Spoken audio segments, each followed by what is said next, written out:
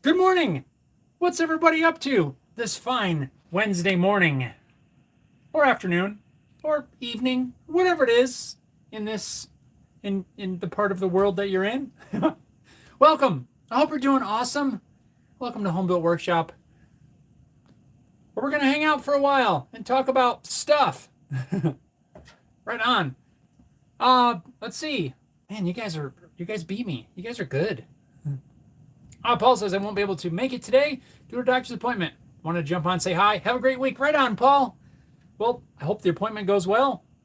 And thanks for stopping by. Wish you could hang out longer, but right on. Appreciate it, Paul.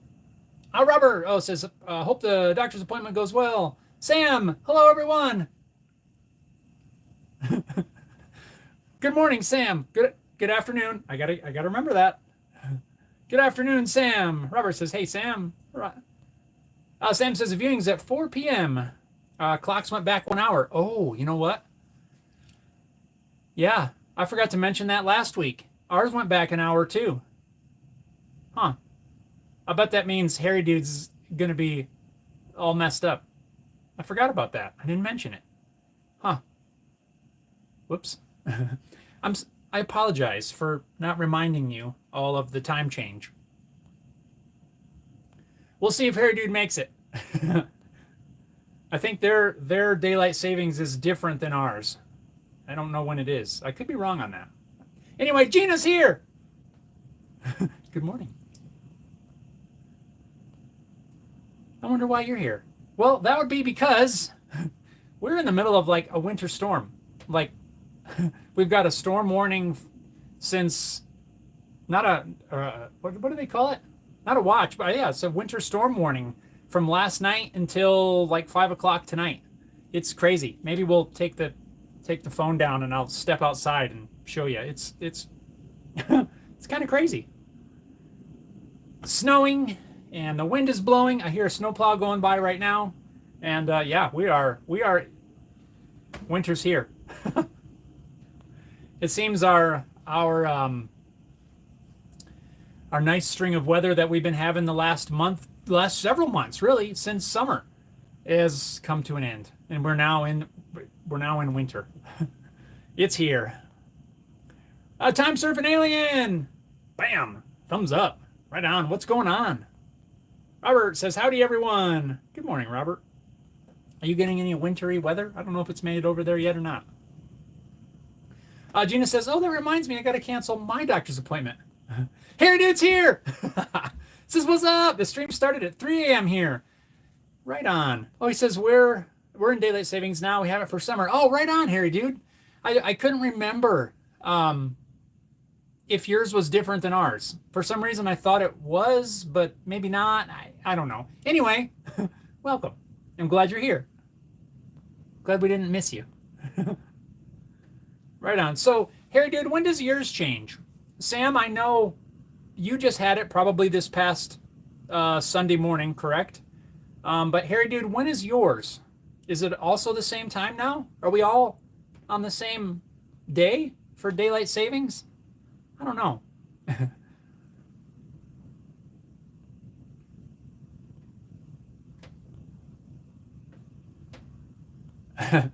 Sam says, hello, Jeffafa. Let's see. Sam, yeah, we're not going there. Time Surfing says, winter in Alabama is beach weather in Canada. Yeah, I imagine you probably don't have quite the extremes that we get here, but I imagine you do get those storms, those tropical storms or whatever, and we don't have to worry about those. Harry Dude says, someone solved the landscape portrait issue. Well, let's not get ahead of ourselves here. It worked today. I was very careful when I set the stream up about an hour ago, because I can schedule it, ahead of time and have it set so you guys can see that it's coming up. I was very careful again, made sure I selected the horizontal, and then again, I didn't click anything else. I didn't go back to, browsing around on the phone, messing with stuff. I just set the stream and I closed it out.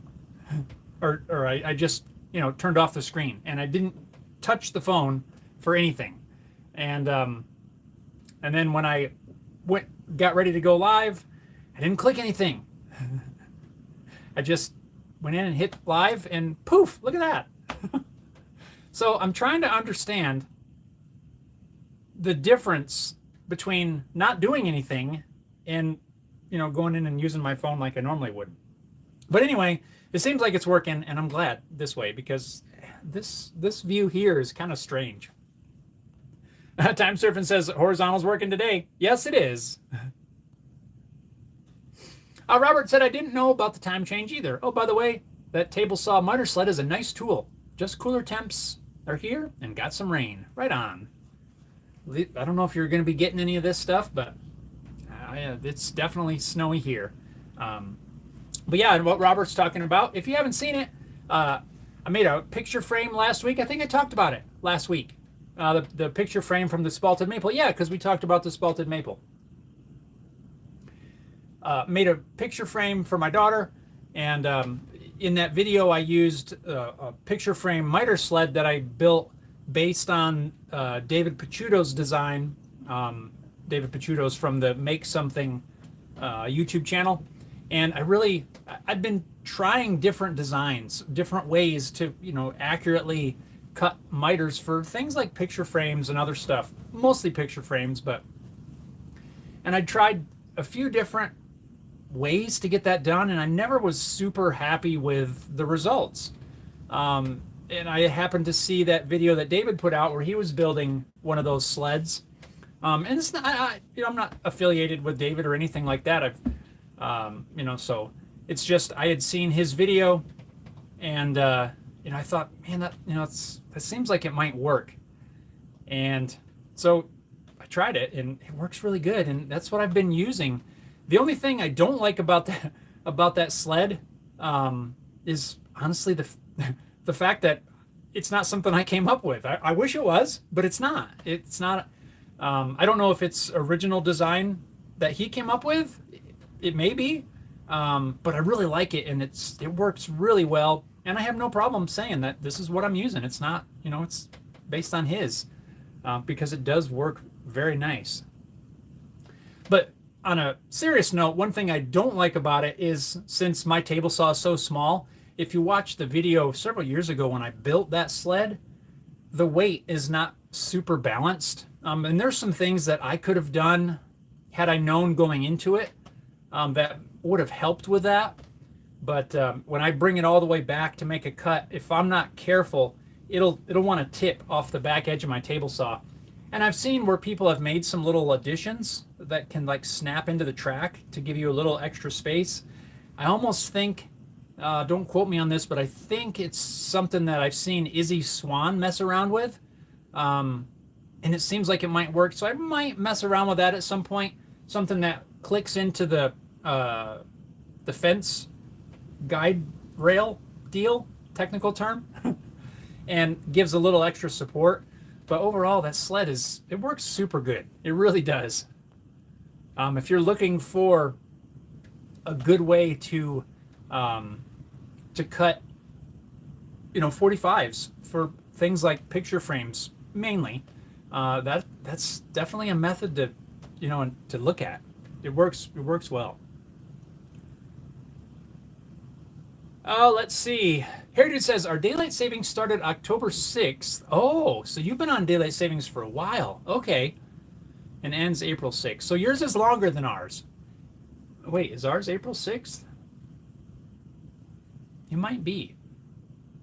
No, it's the beginning of March, I think. Yeah, I think. Maybe that's what ours used to be. And then, I don't remember, 10 years ago, I don't remember when they changed it. They shortened it up, which I thought was pretty cool. I wish they'd get rid of it altogether, but what do I know? Yeah, let's see. Buddy's here. Buddy says, good morning, Jeff. Did you get snow? We got snow on the western slope. Got about 4 inches and still snowing. Yes, it is snowing right now. The wind is blowing like crazy. Schools are closed today. A lot of workplaces around are either closed or on a 2 hour delay. But that's what the schools started out with last night. Before it even started snowing, actually. A lot of them went to a 2 hour delay, and sometime overnight it started snowing, but I don't know, 7 o'clock or so last night. And this morning, all the schools are closed and everything. Yeah, maybe we'll grab the phone and step outside, and you can see. That might be kind of fun. Might do that here in a minute. But yeah, it's winter, buddy. Be careful up there. I don't know if you have to travel around, but be safe. I don't plan on going anywhere today. Sam said, would the Milwaukee or DeWalt flue auger bits be better? Sam, that's a good question. I have not used them. Are you talking about like just a normal, like a heavy duty auger bit? Hang on. Let me see what I can find. I think I know what you're talking about.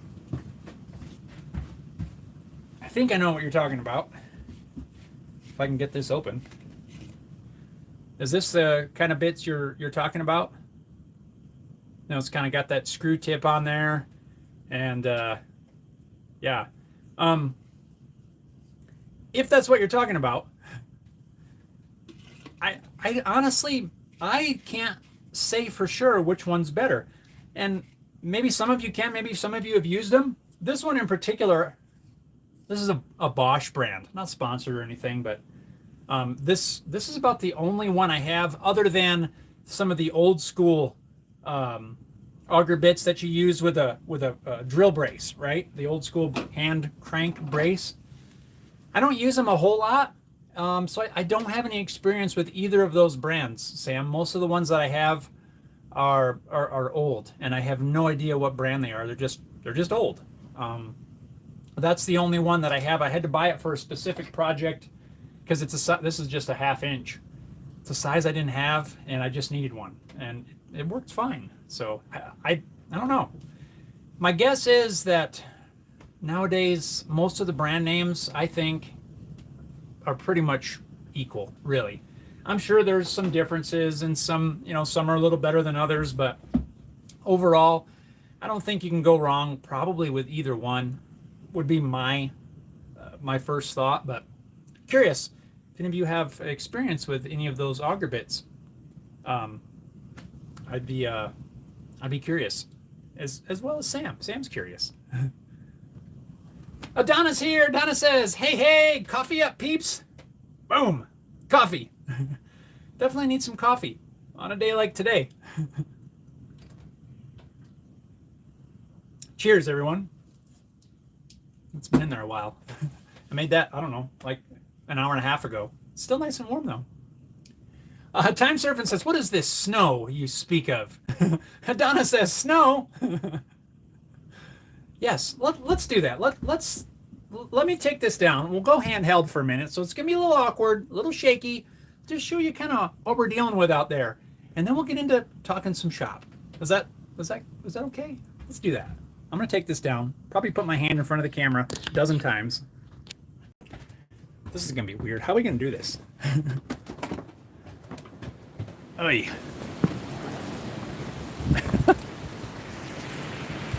Ugh. Yes, it's yeah. It's snowing and it's cold, and I can't see because it's really bright. But yeah, this is what we have to be looking forward to today. Let's go back inside. This is crazy. Oh, slamming the door on my face in the camera. Oh, that was awkward.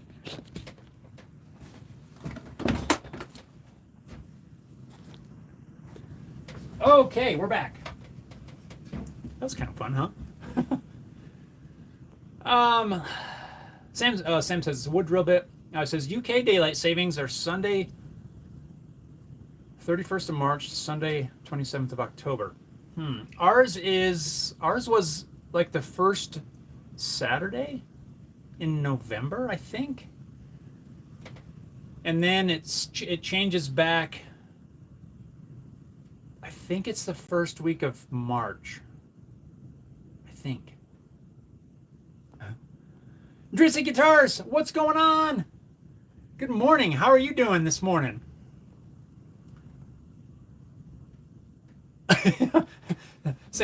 Heritage says, "Don't turn the phone." I know.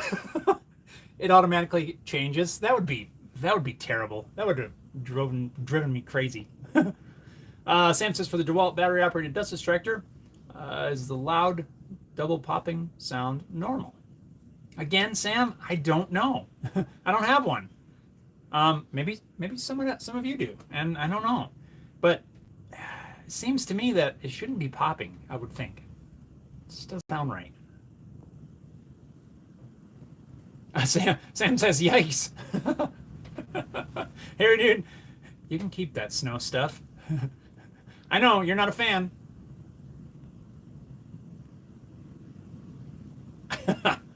Time Serpent says, we got something that looks like that. We grow it. It's called cotton.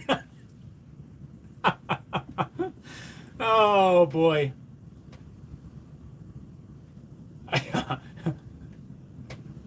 That's funny. I hear Donna keep that shot of the snow. Yeah. Drissy Guitars. Oh, it just scrolled. It just scrolled. Why did it scroll? I'm going back up. Hang on. Drissy says, holy mackerel. That's some early snow. Yeah, this is our second snowstorm of the year, actually. We had one the day before Halloween, and then we got this one. And this one's a little worse than the one we got before Halloween. Highline says, I'm just up the road from you, and this was way more snow than I thought we were going to get. Well, first off, what's up, Highline? Chris, how you doing? Right on. Highline Guitars. Yes, I didn't have a clue what we were supposed to be getting for snow. I just know that there was winter weather advisories and all that, and I didn't know. I mean, I don't pay a whole lot of attention because the weather's going to do what the weather's going to do anyway, and I got better things to do. But yeah, like all the warnings and stuff, and then it started last night. I don't know. Here it started around, I think it was around 7. And it really started coming down. It was coming down really hard, and there was no wind at the time. But now the wind is blowing it around, and there's snow drifts and stuff. Yeah, it's kind of crazy. Robert says, I've seen on some other YouTube channels some drill bits brand named Concut drill bits that look to seem work well, but the price, ouch, really? I've not heard of those. And look, it's Christopher Chaos. What's up, dude? Chaos says snow day. I saw that. Yeah. Most all of the places are closed, basically. Well, essential personnel. Yeah. Gina's going to be working from home. She's not going in this crazy snow. So, yeah, snow day. Right on. Nothing like a good old work from home day. Cool. Anyway, so what are you guys working on? I know we've been chatting about snow and stuff like that, and let's get to talking projects. What sort of projects? What's everybody working on? What's on your workbench? I've finally jumped in. I don't know. You probably can't quite tell, but I'm starting to work on that sander. Remember the big sander? Finally, we got it underway just in time too, because yesterday was actually pretty nice, and I was able to drag out the welder and all that and start, gluing together some pieces of metal. So let me turn this and I'll show you kind of where we're at here. If I can get an angle that sort of works. I don't know if I can. Now my hand's in the way. Boy, this is... You can't really see it. I'm going to tip this down. So here's where we're at. Right now I've got... I can't really turn this to show you what's going on here, but because I don't really have a ton of room. But I've got it mounted. I've welded up some legs. These are basically L brackets that bolt to some of the original mounting pieces. So the L, it's made out of some C-channel steel welded into an L, and right now it's just clamped roughly to the table. But if I don't wiggle the table, I mean, it's it's solid. The table wiggles around because I don't have it leveled or anything, but so far it's mounted. I'm working out now. The motor, you can't really see. I can turn you over here a little bit. So this right here is where the motor goes on the end. This shaft comes off the bottom. So I've got some pieces, you can't really see it necessarily. I've welded on some additional pieces of angle iron to this table, and I'm working on right now, working out the brackets that are going to bolt the motor to the table, but I need to space it out the right distance so that the shaft here that turns the belt, so that everything lines up. But yesterday was spent mostly welding up these brackets and things because I knew that potentially we had some sort of weather coming in, and I wanted to get this to a point where I could still work on this inside. So yeah, yesterday morning, I don't know, it was 40s, in the 40s. I'm out there welding away. Weather was nice, no wind. Got the brackets welded up, got these pieces welded in. I still have some more welding to do, but right now it's standing up. It's on its edge. And like I say, I should be able to get the bracket made to mount the motor. And that's probably going to be part one of this video series. It's going to end up being a series because there's a lot of things that I got to work through. So I think part one will end, hopefully, if everything goes well, part one will end with getting the motor mounted, and then I want to be able to plug it in at least. I won't have any switches or anything, but I want to be able to plug it in and make it run in this configuration. And it's pretty close. I just have to make some brackets. I'm going to be cutting some 1-inch tube, and we'll make those bolt on down here, and a couple things I got to work out yet, but at least it's standing on its side. Look how easy that turns. It spins so nice. I'm impressed. I got the belt tracking a little bit messed up because I've been hefting this thing around, but that's what I'm working on. It kind of smells like a metal shop in here right now because I've been drilling holes, to mount these or for the brackets, and cutting oil and all that. So yeah, you never know. Sometimes it's a wood shop, sometimes it's a metal shop, sometimes it's a fabrication type shop. I don't know.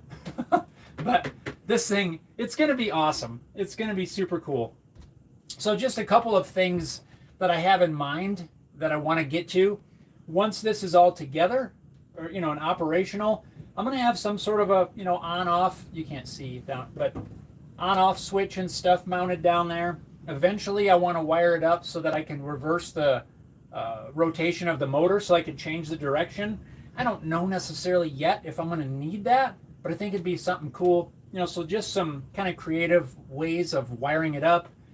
And I'm going to have a table, maybe I don't know, 10, 12-inch wide table that hopefully I'll be able to adjust up and down, because this does not oscillate.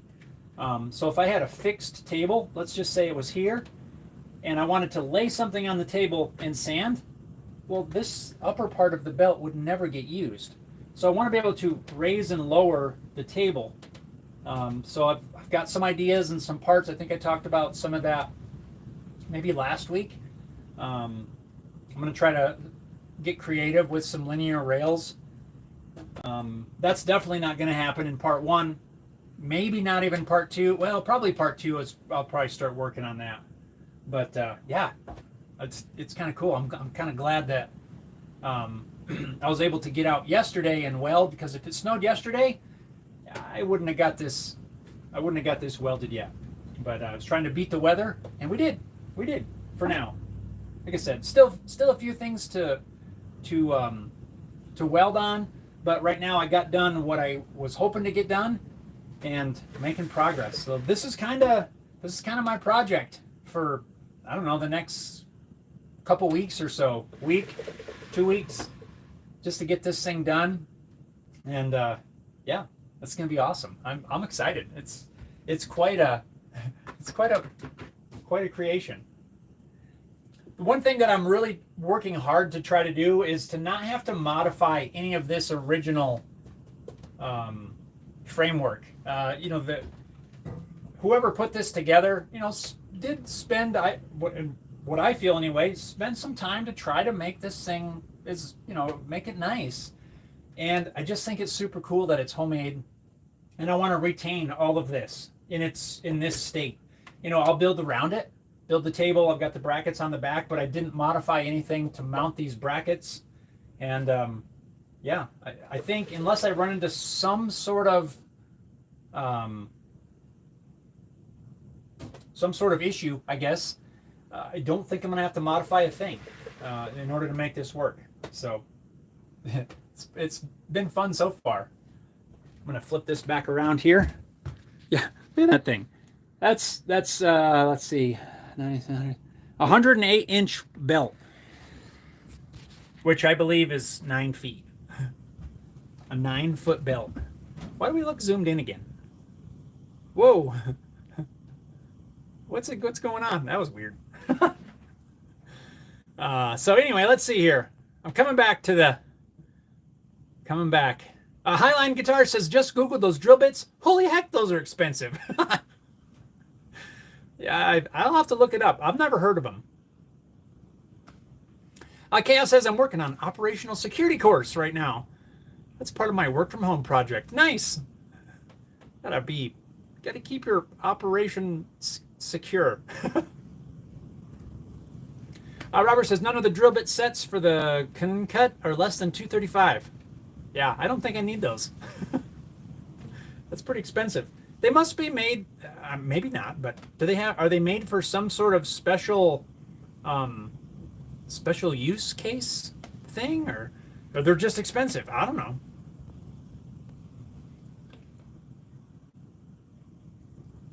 Buddy says, on my workbench, wrapping Hanukkah gifts for grandkids. Then I'll be done. Right on. Right on. Buddy says, wow, that's a large sander. Yeah, it is. A 9-foot long belt. 8 inches wide, 9 feet long. This is something that, several weeks ago, maybe a month, I don't know, not too long ago, I finished up all those plaques. Remember those plaques that I was working on? And one of the things that I spent a lot of time on was sanding the edges, right? I was using sanding blocks, sanding the edges, and it took forever because it was all by hand. So I got to thinking, because as of right now, it looks like I'll be making those again next year. So I'm trying to look for ways that will increase, that will speed that process up, and as well as other processes. But that plaque project is mainly what got me thinking about this whole thing. So I started looking around at, like edge sanders, because they make a sander. It's called an edge sander, and it's basically that. It's a belt sander that stands on edge. It's got a big table, and that's exactly what it's for. You sand the edge of frames, panels, all kinds of whatever really. But they're expensive. And so I was browsing around trying to see if I could find a used one that was, that would work, that wasn't very expensive. And I found this. And it was originally laid flat. It had the motor mounted off to the side on a table. But the story goes anyway, that the guy that made this was some sort of an engineer. I don't have a clue. That's literally all I know. But it's something that he had built for use in his home shop, I guess. And it's super awesome. And I can tell by looking at it that quite a bit of care was taken, and it's built pretty well. It's made out of a lot of plywood, but also reinforced with pipe, like 3/4 inch black iron pipe kind of deal. But I can tell, you can kind of tell when something's just hacked together versus sometimes when someone has actually taken the time to try to make it nice. And that's what I feel this is. And it's just too cool of a piece. So I picked it up from a guy locally, and I'm going to convert it like it is now into standing on its edge. and make my own edge sander. And I think it's going to be awesome for not only, not only that plaque project, but just all kinds of different sanding jobs. I just think it's going to be awesome to have around. Plus, it's just a homemade cool piece, and it's worth being. I think since somebody spent the time to try to make this thing, the wheels, the rollers, those are hard. Those are turned hardwood, and then it looks like a whole bunch of. To me, it looks like it's custom made arbors and things, to hold everything in place. It just needed to be saved and not end up in a scrap heap or something. It's just too cool. And I think it's going to work for my needs as well, which is like a double win. So yeah, I couldn't pass it up. It's a little bigger than what I need, but I've done a lot of cleaning out in here over the last month or so, and I've cleared space, barely. And just got to get everything mounted to this table, and it's going to be awesome. But yeah, it's a beast. Steve says, "Oh, that thing's a beast." It is. It's pretty crazy, and I like it. Sam says perhaps an emergency stop. Yes, there would definitely be a stop. I've already got that. I don't have it out here, but one of those paddle switches where you can press the start, and then it's got a big stop paddle you can hit, with your knee or whatever. So yeah, we'll definitely have some safety things in place. Maybe an additional stop button on the top or something. I don't know. But yeah, it will definitely have some safety devices. Harry Dude says oscillating table. Yeah, I mean, for what I got in mind, I think it wouldn't be horrible. I don't think it'd be horrible. Corey says you can use all thread. You can use an all thread bolt to adjust the flat surface where you put the wood. Oh, where you put the wood on for that big sander. Oh, you could, yeah. Yeah, you could all thread, like for a table you're talking about. You could. But I got an idea that I want to mount a table, a work surface, on some linear rails. But I want to mount them different than you would normally mount the linear rails. So if you're familiar with those linear rails, right, typically you've got the rail, and the rail gets attached to something. Let's say a bench top. The rails get screwed down, then you got the rail, and you got the bearing blocks that slide on the rail. Well, instead of doing that, I want to mount the bearing blocks to the side of this table that this sander's on, and basically have the rails will be able to slide up and down in those blocks. And then on top of the rails, I want to attach a tabletop so that the rail and the table slide up and down. That way I don't have any rails sticking up, and just the bearing blocks are fastened to the side of the table, so the whole rail slides up and down. And then I got a little hand wheel thing, which I've been thinking about it. At some point, I might convert to a linear actuator so that I can have a little switch, just raise the table. That'd be kind of cool.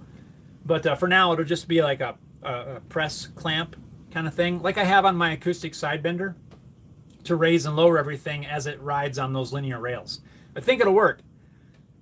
I got to work out exactly how I'm going to mount everything. I think I'm going to have to weld some plates on there that I can drill and tap to bolt the bearing blocks on.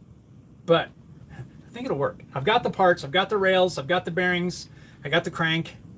Right now, my number one goal is to just get that motor mounted, and, well, it's sitting right here, but for now, I'm just going to put a plug on the end of the wire, and so I can just plug it in and verify operation. I don't see why it won't work, but I just want to get it back up and running, and then we'll work on fine-tuning and actually wiring it safely and all that. So it's gonna be cool. Sam super chat. It says, for more much needed coffee for Jeff Hafa. Yes, especially on a day like today, coffee is definitely needed. Thank you, Sam. Oh, look, the button works. Right on. Thank you. Sam says, did you make the sander platform pivot horizontal and vertical? It's a good question because that is something that we talked about. I spent probably, I don't know, half a day doing some CAD design to work out how I would make that happen. And I got it figured out. Like, I know exactly how I would make it pivot and how everything would work.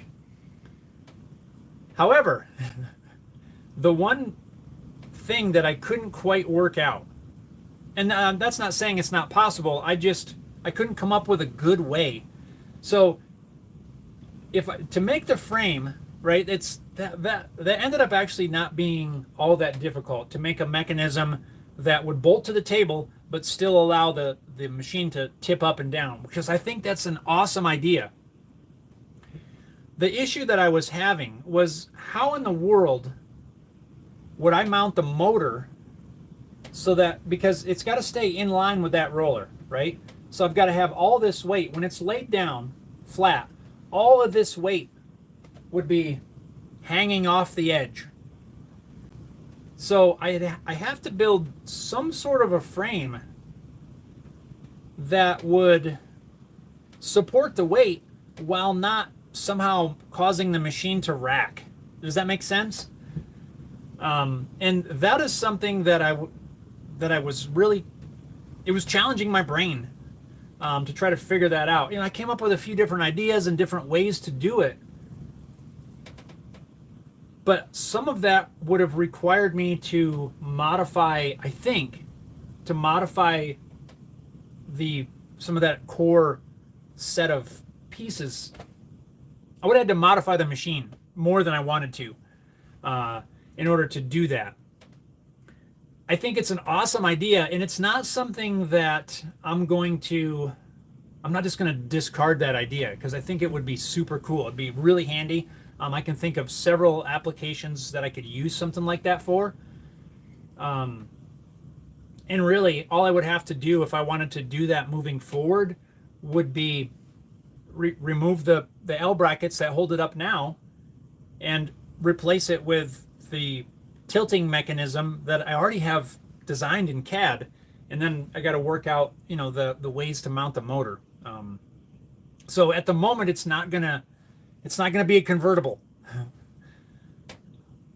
but I'm not tossing that idea. But right now, I'm just gonna build it like this, and then we'll go from there. I'm gonna keep pondering that motor mount deal to support the weight, and still let it tip, because the motor's pretty heavy, so it's got to be fairly sturdy, whatever way I go. So right now, Sam, it's not gonna tip.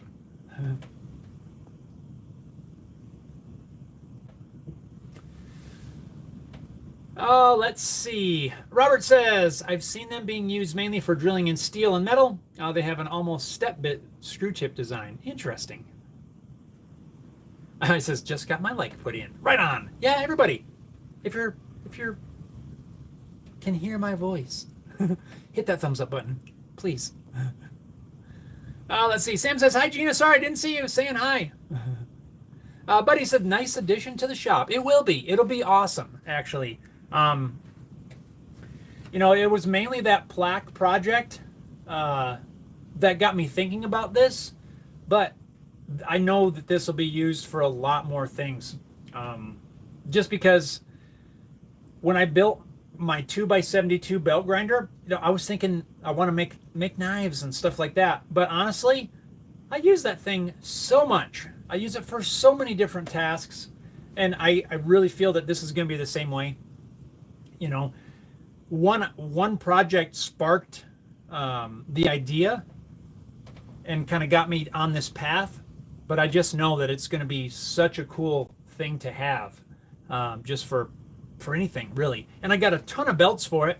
When I picked this up, the guy that had it had a whole bunch of these giant belts. So I've got a pretty good stash of belts right now. And also, the place I buy my belt grinder belts from also sells these belts. So getting new belts is not a problem. And I just think it's going to be awesome. Oh, do you remember the other reason or one of the things, remember this was mounted to the table with these, right? And the machine sat on top of these. By getting these off, I can now take the belt straight up off the top. You know, loosen the tension, the belt comes out, and it's super easy to change. It's actually going to be easier this way than it was originally. And that was another thing. I didn't want to have both sides captured somehow. So overall, we're making progress. And I'm excited. Except I'm not excited necessarily that the weather's kind of lousy, because I got to cut some metal.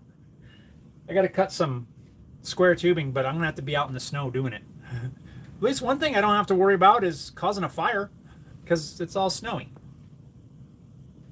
Gina says, hi, Sam. Jimmer says, bigger than you need? How's that possible? It's not. It's not. I was just kidding. It's bigger than, let's just say it's bigger than I have space for. How about that? But I've cleared a spot. I've discarded enough stuff that I didn't need to hang on to that I've got a space for it.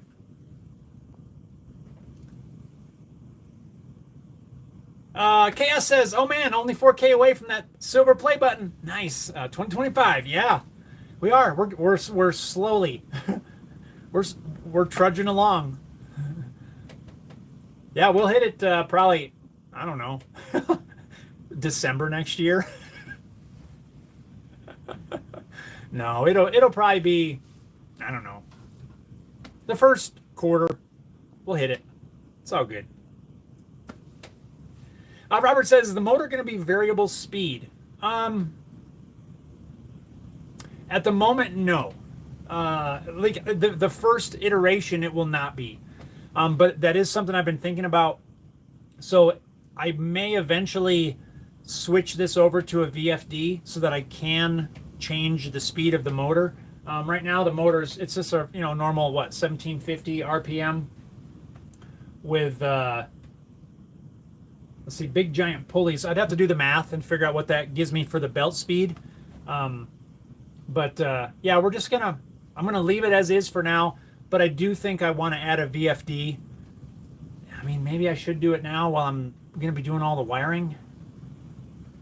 I don't know. I definitely want to incorporate that at some point. Harry Dude says, wind-up table like on a drill press. That is a good idea. That is not something I thought of. Get an old drill press.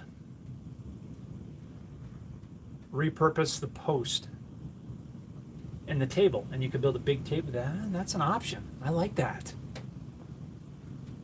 Yeah, it says rack style. Yes. Huh. Good idea, Harry Dude. I like that idea. Sam says, you're going to need thermals soon if you get such extreme weather. Sam, I already got them on, buddy. I am already wearing them. I've been wearing them about a week. Not super happy about it, but hey, what do you do? It's that time of year. So yeah, I don't have thermal top on, but yeah, I got thermals on.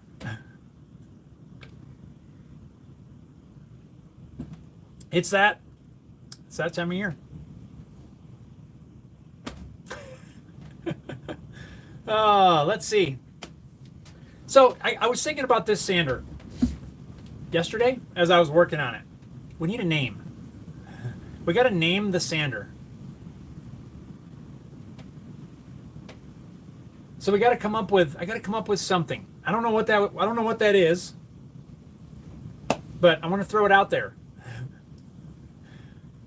Put on your thinking caps. You don't have to name it right this second, but I would like, maybe we could come up with something over the next week or two, because it needs a name.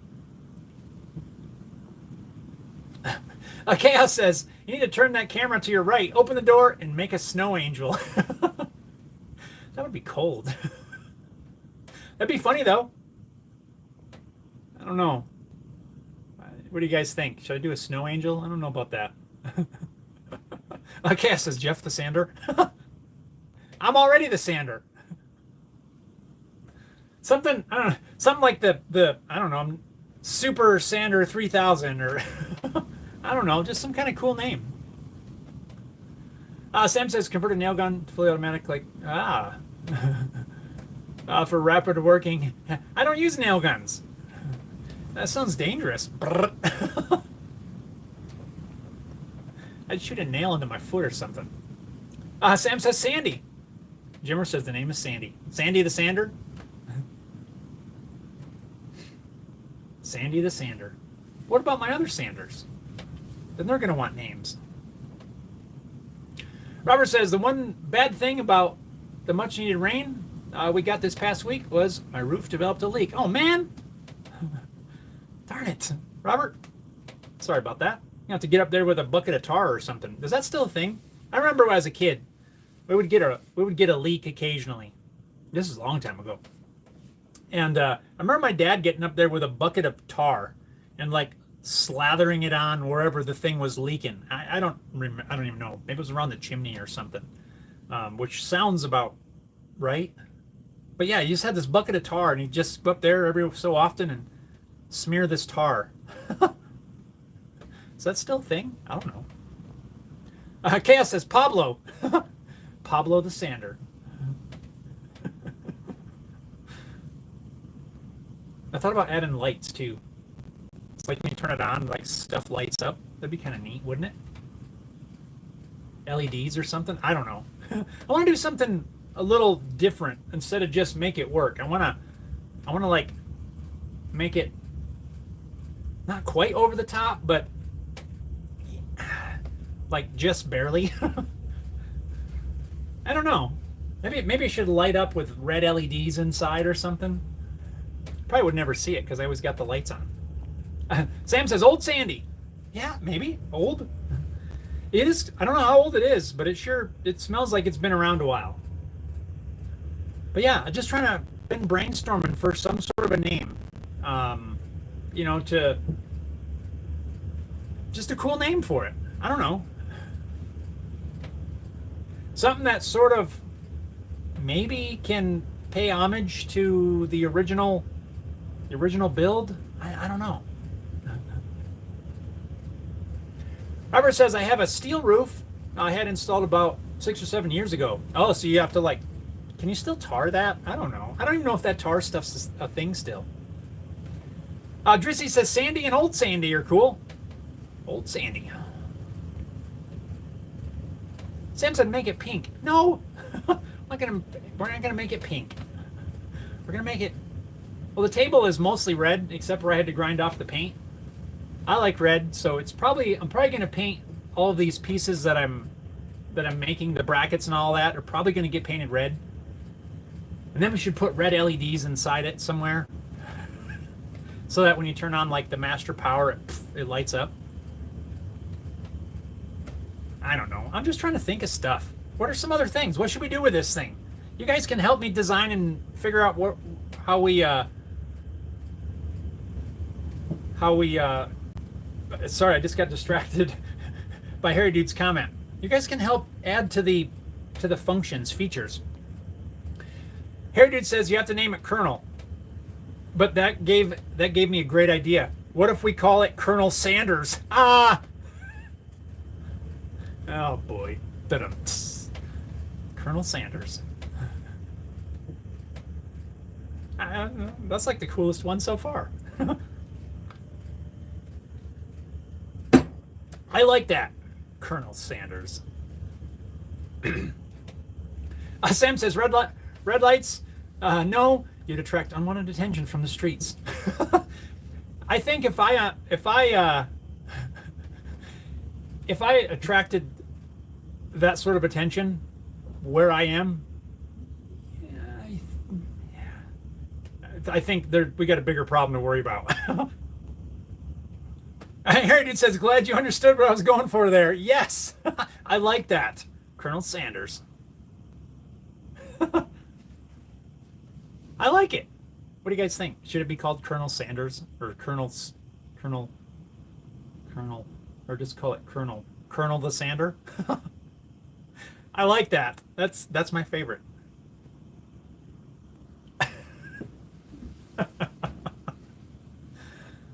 Oh, anyway. Let's see. Or just call it Dusty, Harry Dude says. Colonel Dusty. Colonel Dusty? I like Colonel Sanders. Because it's a sander, you know? I like both. Old Dusty the Sander. We're going to take this piece over to Dusty. Annie's here! Annie, good morning! Annie says, hello all. It's a little snowy and cold out there. It's not a whole lot warmer in here at the moment, but what a storm.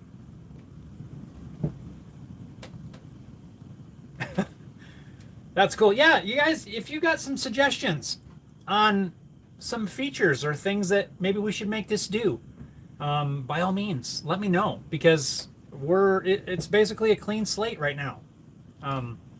If you got some ideas, or hey, it would be cool if it would do this or that, let me know, because I'm open to suggestions.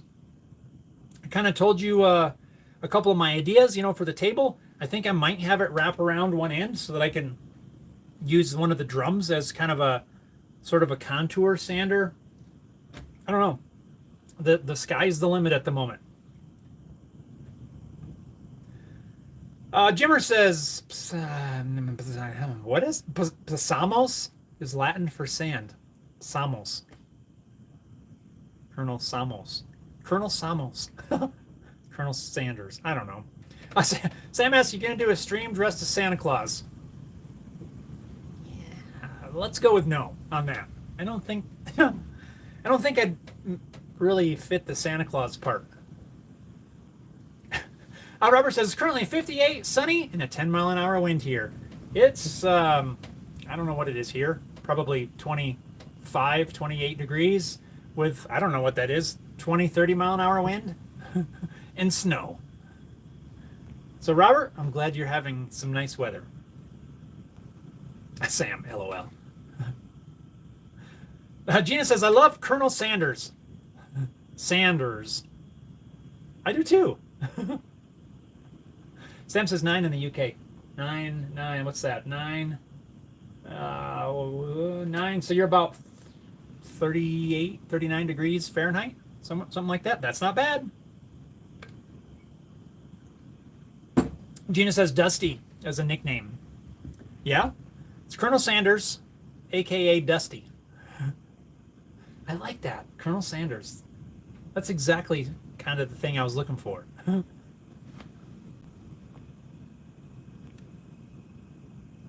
Yep, that might be its name. Colonel Sanders. We're going to have to make some sort of a nameplate.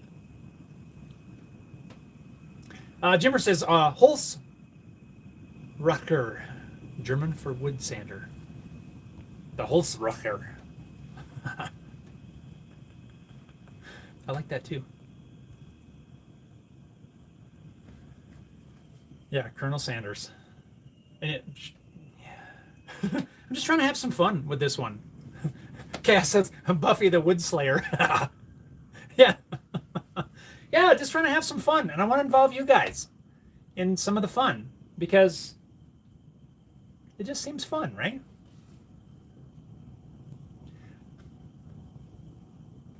Sam says, Sander's going to have its own sucker, the dust extractor. Yes, I haven't gotten to it yet, but I'm going to make some sort of a port, maybe on one end, both ends, something that maybe it swings out of the way so that I can sand there. I'm not 100% sure. I don't have that part worked out yet. But yes, I want to have some dust collection on there, because, if you're sanding something big, it's going to make a mess. I don't know if I'd ever sand something that's 8 inches wide, but I can imagine if I took an 8-inch wide piece of wood and you jam that thing on that belt, that's going to be a lot of dust coming off of there. So there definitely is going to have to be some sort of dust collection. I've got the rollers modeled in CAD, so I'll probably 3D print some sort of a shroud with a dust port on the back. That's about as far as I have it worked out yet, but I think that's what we'll do. Something like that, so that sort of partway wraps around the drum, one of the end wheels.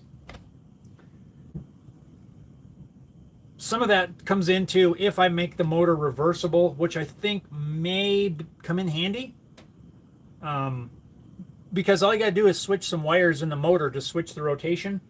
So if I just rewire that to a switch, in theory, I should be able to switch the direction of the motor with just a toggle switch. So probably a shroud of some sort on both sides with the ability to connect a dust collection to either side. Yeah, I don't know. Something like that anyway. There's still some things that I'm working out. But right now my goal is to get the motor mounted, like I said, so that I can turn it on. Right? And that's like phase 1. That'll be the first video, which is I'm already editing. I'll probably be doing some of that today because it's kind of cold out here and I can only do so much. But I think I can get the motor mounted and go from there. Yeah, still things to work out, but it's at least moving forward.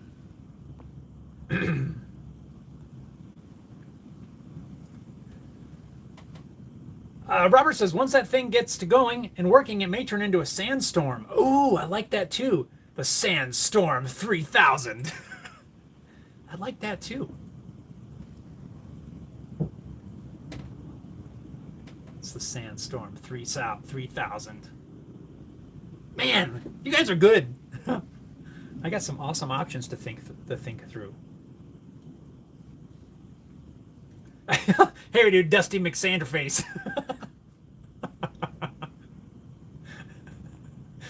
I like that too. Let's see. Sam says, just an idea. Perhaps create a floor dust extraction system to automatically clear the floor of sawdust. I'm pondering that. I just use a shop vac. I got one of those. I got a shop vac with one of those wands that you can put on there, right? And just sweep the floor with it, and it works fine. I don't. Ultimately, in a different shop, yes, having a floor outlet where you can just sweep all the dust to, absolutely. In this little space, probably not. But it would be awesome. Jimmer says the Binford 5000. Yeah, something like that is kind of what I was thinking. Not Binford, of course, but something along those lines is what I was trying to come up with. But I do like Sandstorm, and I do like Colonel Sanders. I need to write those down. Maybe we'll come up with half a dozen names, or 4 or 5 names, 3, 4 names, and we'll just do a poll. I'm going to write that down.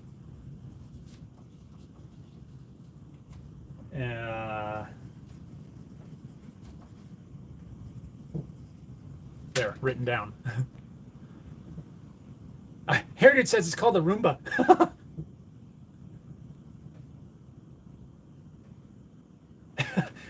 Heritage says to Jim, not the Binford 6900?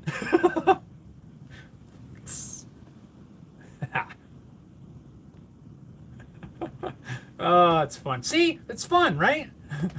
I'm glad we can just have some fun, messing with names and coming up with cool ideas. It's okay to have some fun. Otherwise, why would you tune in?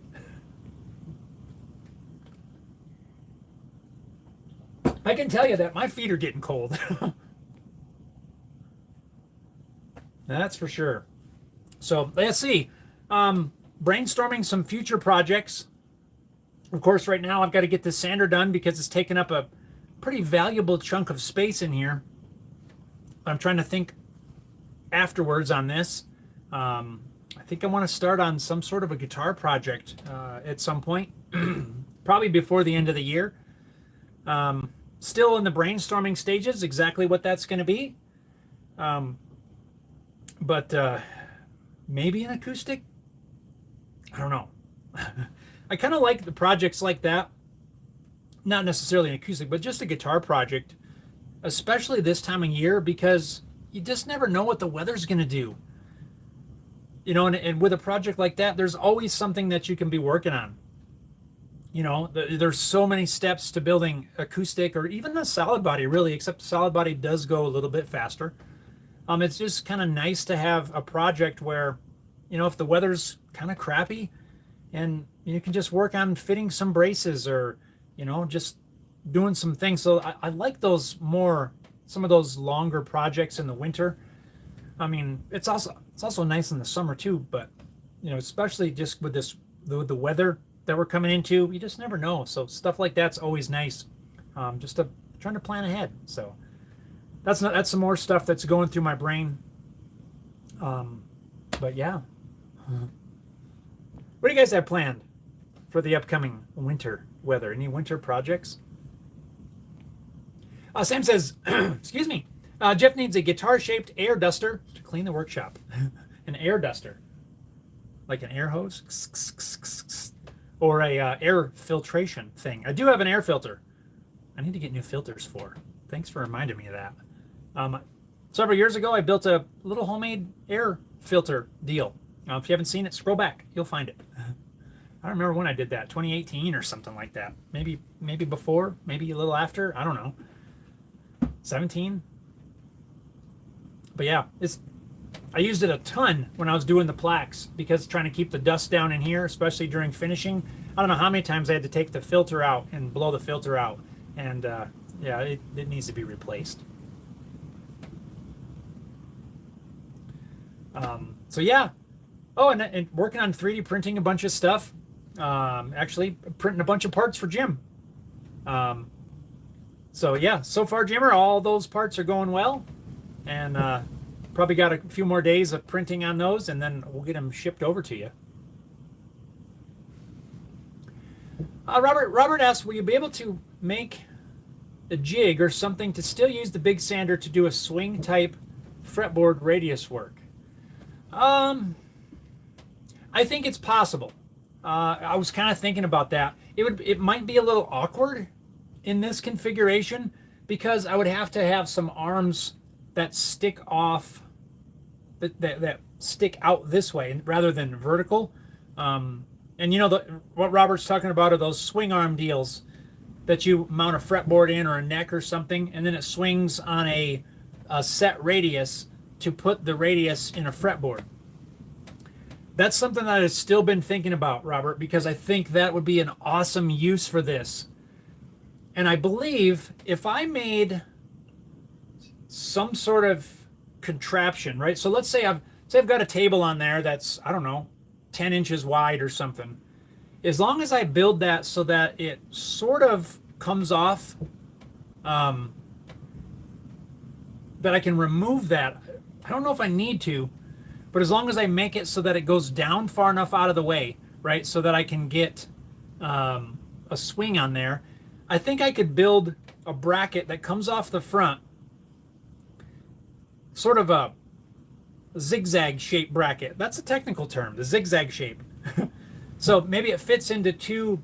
Think of a receiver hitch. This is the idea, because I've been thinking about this.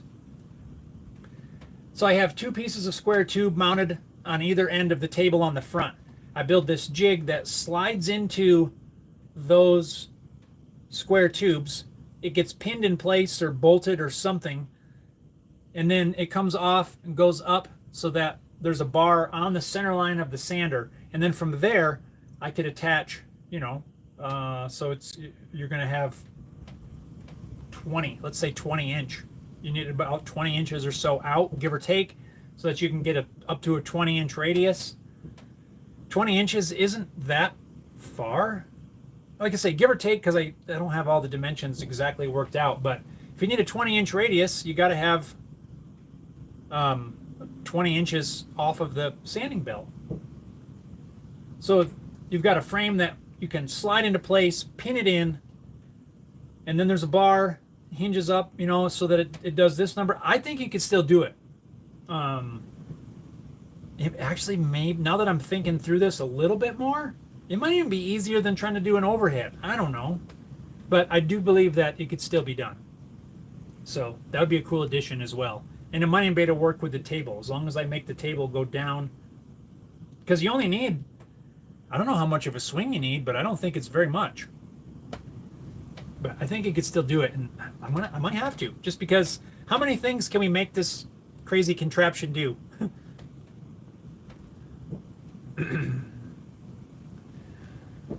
Drissy Guitars says, my winter project is turning all of my reclaimed pallet wood into body blanks. Nice. Yeah. So you work on it and, get all the blanks made up. Come springtime, bam. Guitars abound, as they say.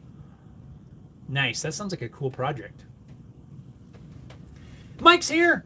Mike, what's going on? Mike says, sorry I'm late, but got to go too. Doing TP for a few weeks. TP. There you have it. Mike, it's all right. Glad you got able to stop by. And sorry that you have to leave so soon. But enjoy. I don't know what TP is, but I hope it goes well.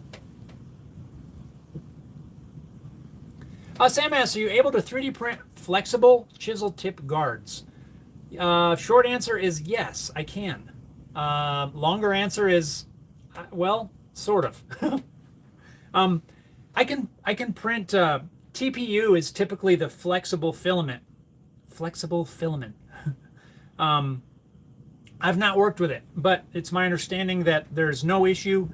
There's no issue with it on the printer that I have. Harry Dude, have you used that, or if any of you use TPU, the flexible filament? I kind of want to try it. I just need to order some and mess around with it. I just used the other day printing. Remember those emblems that I showed you, the Jeep emblems for Jim? I just finished printing all of those in ASA. That's the first time I've ever used ASA. Now I want to try TPU. So there's so many different filaments. And one of the things, now that I got filaments on the brain, one of the things that I'm really kind of digging into a little deeper is understanding all of the differences between the different filaments and why would I use one over the other. ASA, I chose that for those emblems because it's extremely UV resistant, right? Since those things are going to be outside, they're going to be in the sun all the time. Other filaments, it's my understanding that, they're not as UV stable, and ASA is. So that's why I used ASA. TPU, I want to try that because you can print flexible stuff, phone cases and all kinds of stuff, and it just seems cool. So yes, Sam, I could use TPU to print flexible chisel tip guards. I just have to get some TPU.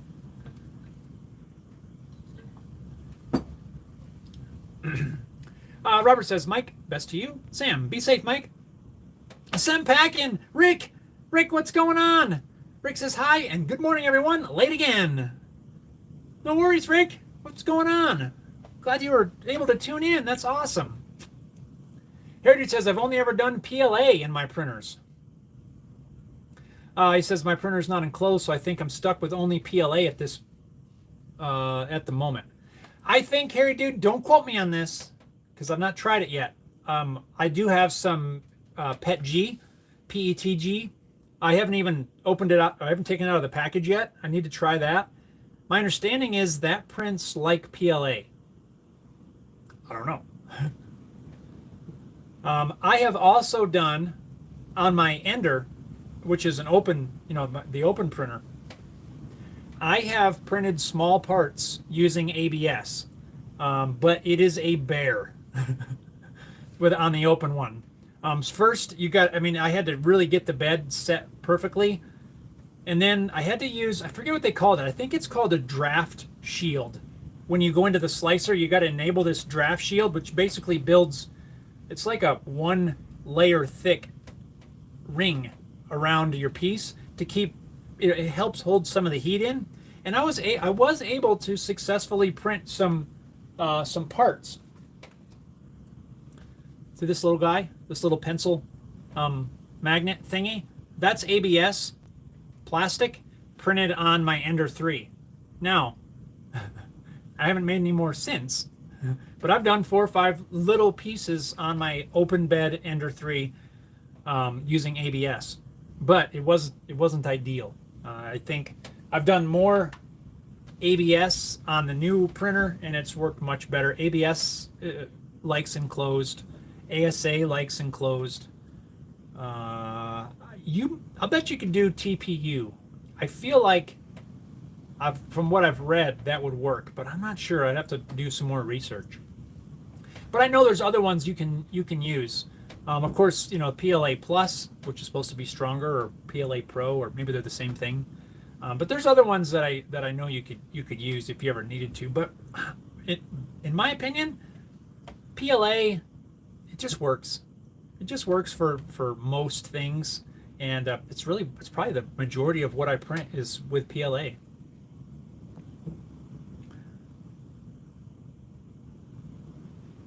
Buddy says, does a printer give off toxic fumes? Buddy, that's a good question. In my experience, so I've used PLA, I've used ABS, ASA. I guess those are the three main ones that I've used. I have PETG, but I've not used it yet. Some people say, well, first let me start off with PLA. I have not experienced any sort of fumes, bad smells, anything whatsoever using PLA. PLA is probably the easiest one to print with, in my opinion, or one of the easiest ones, and probably one of the more popular ones, I would say, at least for me. And Heritage uses a lot of PLA, I know, but PLA is pretty popular. I've never smelt a smell from PLA. I've done ABS, like I just said. I printed it on an open bed printer. I did not smell a thing from ABS either. The one that I actually did get a smell from, and I'm only talking smells. I don't know about the toxic type stuff, okay? When I printed those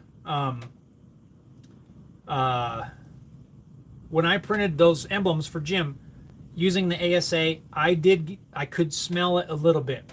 Now, was it overpowering and made me want to like run out and open the windows and everything? No, but my sniffer's not as sensitive to some things. But nobody in my house complained because of the smell. Could they smell it? Yes, I could smell it. I don't think I don't believe any of it is toxic. I don't think so. I'm trying to rack my brain. I don't recall any of the commonly available filaments put off toxic fumes, right? Because that would just be bad. I mean, I couldn't imagine a place selling something that was going to put off like a toxic, something that was toxic. Might you get a little smell? It's possible. But the only one that I've experienced any sort of smell is with the ASA, and I think for most things you're not going to use ASA anyway. I could be wrong, but I've never had an issue. That's just my opinion, but I'd love to hear from those of you that also have 3D printed a bunch of stuff. So,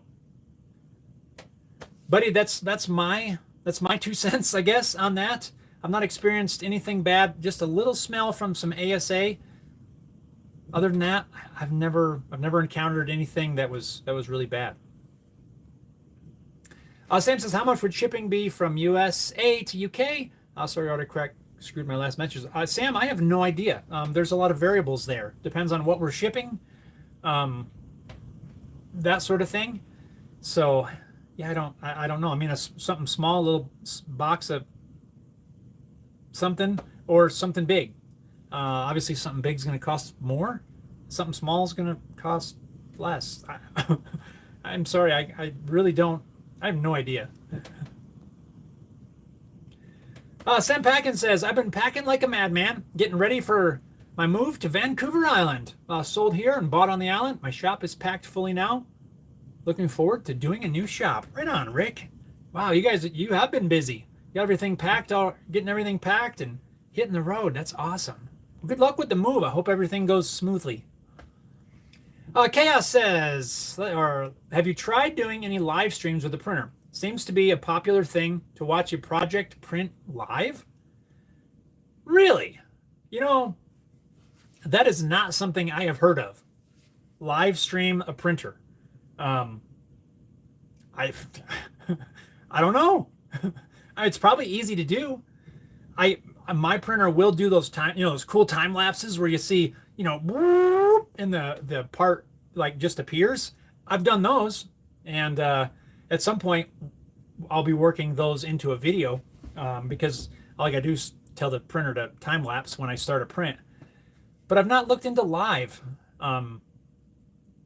Yeah, people like to watch that. I mean, it is kind of cool to like look at the printer and while it's doing its thing, but I can't imagine live streaming it. Maybe I should. I seriously didn't even know that was a thing. Live stream or 3D printing. Well, that'd be easy enough to do. Because mine does have a built-in camera, and you just turn it on and let it stream. I just started like a 10-hour print before I came out here for Jim. Some more stuff, but Chaos, I have not heard of that. I gotta look it up. So I need more information on that. Like, is it literally just a camera inside the or camera pointing at the printer and it's just printing for the whole duration of the print?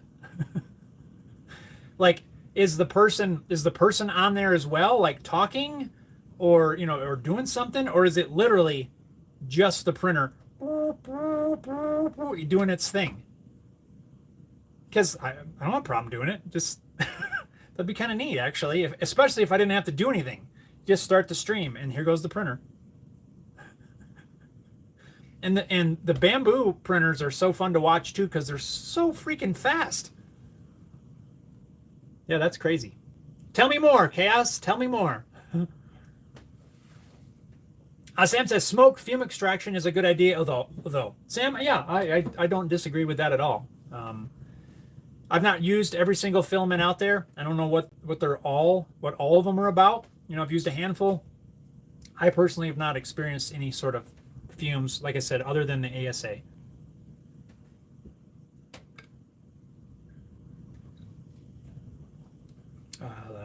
Rick says, I'll have the entire partially developed basement to use for a space. Nice. That's awesome. Kaya says, I've seen it on TikTok a lot. They promote what they are printing and then have people join live to see the progress. Interesting. It says, yeah, they point it at the machine and normally don't talk until it's almost done. So it's literally a camera. Mine has a built-in camera. It does do 1080. Not doesn't do 4K, but it does 1080.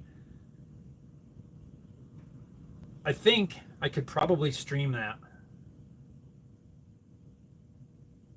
Just go straight to like YouTube or something. And that's it. Just send that feed over to YouTube. And then I don't have to do anything. I mean, like I said, the one that I'm starting right now, it's 10 hours. Later this evening, the print will be done. And a lot of those that I did for those plaques took 12, 20. Some of the big ones, the big triangle ones, that print took 20 hours. So I'm just trying to think, like, 20 hours. That's all it is. And I'm not even on there talking until, like, maybe at the end.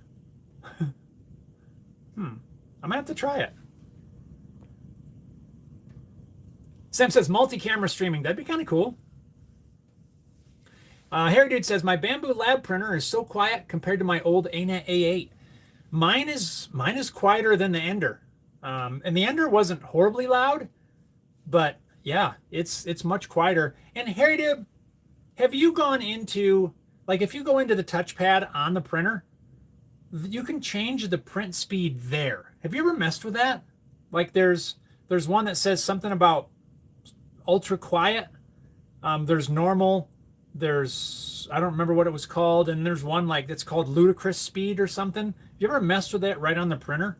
Like, I want to see how fast ludicrous speed actually is, but I'm afraid that it might print faster than the machine melts the filament. I don't know. That's probably not a thing, because I imagine that if it cools off, the nozzle will just heat up more. But I've never messed with it right on the printer. I'm afraid it's going to mess with my slicer settings, but maybe it doesn't. Chaos says, yeah, I've seen some of those streams go for a while. Interesting. That's crazy. Chaos, I've never heard of that. Maybe I'm just living under a rock, which is probably the case. Yeah, maybe I should try it. I'll just set up a stream one of these days and set the bamboo printer camera to the stream. I'm pretty sure I could do that. Or just set a GoPro in there or something. Mount it to the window. Yeah, I think I could do that. Yeah, I'm going to have to try it. I'll have to custom print a GoPro mount to mount it in there. Harry Dude says, I haven't messed with any of the settings. I've been happy to keep the factory defaults if it ain't broke. Oh, yes, I agree. Like, the thing prints so much faster than my old one. I don't know why. Why would I need to step up the speed even more? I mean, I got to try it just to see what it does, but man, I can't even imagine. Yeah, it's crazy. Anyway, yeah, I can't say enough good things about that printer, and I have no affiliation, not sponsored whatsoever. But man, that bamboo printer, and all of them, not just the one I have, all of the ones, like they have 4, 5, 6 different ones. I know some people with some of the different models, and man, they just work. It's crazy. They're awesome. Kaya says, yeah, post some kind of teaser on social and the YouTube community feed with the date and time you will be live so people can tune in to see the progress. I'm going to have to try it just for fun. So if you guys are ever on here and you get some weird, live notification about 3D printing or something, just know that that's what's going to be going on. It's likely just going to be the printer printing. That might be kind of fun though, and easy, right? Like, there's like nothing required pretty much. You just turn it on and let it go. Maybe pop in once in a while to, see if there's like any people in the live or in the chat or whatever. But I don't know. I'll have to try it. Who knows? Maybe that'll be the next big thing. Just 3D printing some parts. That's all. Nothing more than that. Here you go. Watch the printer go around. I'm gonna have to try it. I'm gonna have to look around and see how I can send that feed to the live. I'll bet you I can with if I can't do it directly, I'll bet I can do it through OBS. I think, even if I have to screen capture type of thing. I bet I could do it. Buddy asks, do you buy the files or use Fusion? Most of the time, buddy, I use Fusion, and I try to design my own stuff in almost every case. Not because, mainly because, let's go that route. Mainly because I like to use my own files.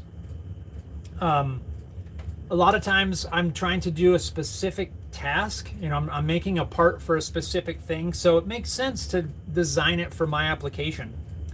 But the parts that I'm printing right now for my friend, those were purchased files. He purchased the files. I'm printing them for him. Really, either way, I've done both. Now, I personally have not bought any files. I've downloaded a lot of free. There's a ton of free stuff, online. A lot of the STL places, Thingiverse and Printables and all that stuff. I have downloaded several things. One thing that I've found is that, let's say I have a specific use. I need a certain thing to do a thing. I'm being very general, but because it could be anything. I need a part for a such and such thing. I'll search online. A lot of times you can find the piece or several different versions of whatever this thing is that do the thing that you need it to do. But one thing that I have found is most of the files that I download in some way or another don't really do the thing that I want it to do. Not because the part's bad or the design is terrible or anything like that, but a lot of times it's just not exactly what I was looking for. So I've kind of I try to download other people's files hardly ever. And I just try to design my own. One, I know that whatever I'm using it for, I'm not, misusing someone else's intellectual property, all that nonsense. But it also helps me to be able to learn the CAD side, the design side, because almost every single time when I'm designing a part, there's some technique that I need to use in that software that maybe I haven't used very much.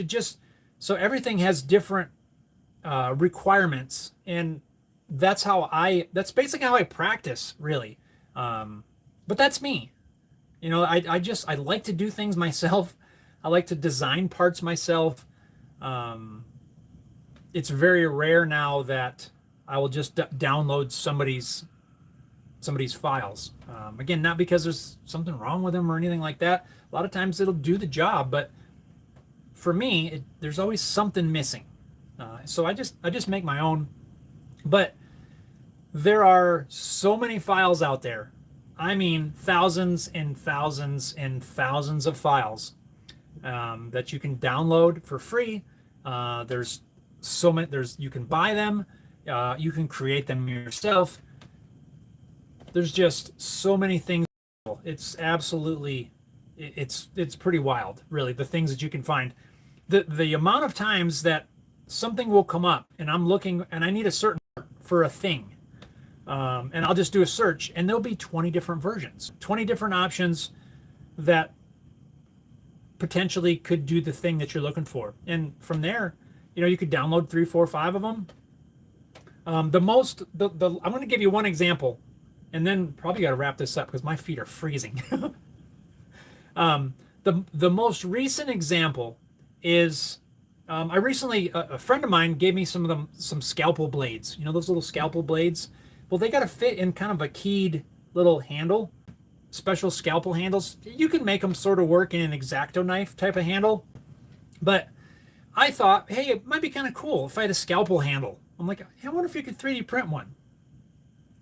So I just, did a search for 3D printed scalpel handle model or, something like that. And I found half a dozen or more different versions. So I picked one and I downloaded it and I printed it. Didn't fit the scalpel blade. So I downloaded another one and I printed it. And it sort of fit the scalpel blade. The fit wasn't great. You had to wrestle with it, and scalpel blades are ridiculously sharp, so I don't want to wrestle with this thing. One slip and now I gotta so I downloaded a third one and I printed it. And that one didn't fit all that great, and the handle was a little awkward, weird. I think I printed probably maybe four versions that I downloaded, and I didn't like them for one reason or another, or it just plain didn't fit. Maybe I had the wrong blade style. I don't know what the deal was. So I just said heck with it, and I designed my own. So I designed up, I probably printed 15 different versions before I got one that I really, that fit well and everything. But I mean, I ended up just making my own after trying a bunch of things. And I'm not at all saying that that's what you have to do, because you don't. I mean, there's so many models out there. It's crazy. So most of the time, that was a long-winded way of me saying I use Fusion and design them, but I will download stuff. Chaos says, I've seen some where they say they're live and you join in and it's got the spaghetti all over it, or it messed up and the person's asleep or something. Yeah, I had a spaghetti failure yesterday. Harry Dude says, gotta go, folks. Just finished working on site. Time to head home. Stay safe and well, everyone. See you all next week. Right on. Yeah, I gotta get going too, Harry Dude. My feet are getting cold. Sam says, you upcycled anything lately? This sander. Could that be considered upcycling? Not really, because it's not trash, but Sam says, Harry, dude, be safe. Robert says, just FYI for people here, but there's a website for micro tools, mainly for model builders. Some of their tools might work for other things. It's called Micromark. I've heard of those, Micromark. Haven't been on there in a while. Sam says, get some fluffy slippers. I need I got fluffy, not fluffy socks, but warm socks. Robert says, Harry, dude, safe trip home. Right on. Buddy, thanks, Jeff. Stay warm. Gotta go. Me too, buddy. Sam says, thanks for this fantastic stream today, Jeff. Sam, thank you. You guys, I know we've gone much longer than we normally do, but mainly because why not, right? Snowy outside, it's a snow day. We're taking advantage of the snow day, drinking coffee. Not super warm, but hey. Anyway, guys, thank you to all of you for tuning in. I really appreciate you guys hanging out here at Home Built Workshop. I think I'm going to go in and warm up my toes for a few minutes, and then I'm going to come back out and see if I can get the motor mounted on this sander, because I want to see it run again. And then we're going to get to moving along with the Sandstorm 3000 or Colonel Sanders. Keep thinking. Creative names. 4, 5, 6 different options. I think it'd be cool. Maybe 3. I don't know. Anyway, guys, y'all take care. Stay warm if it's snowy and cold, and enjoy the rest of your week. Get outside if you can and enjoy the fresh air and get out to your shops, build some things, have some fun, create some stuff. And thanks again. You guys take care. We will see you next time. Sam says, be safe, Drizzy. Cheers. Everyone stay safe, healthy. Jeff, walk carefully on the snow. Will do, Robert. Thanks again, guys. We'll see you next time. Thanks for tuning in. Take care. Have an awesome week. Thank you.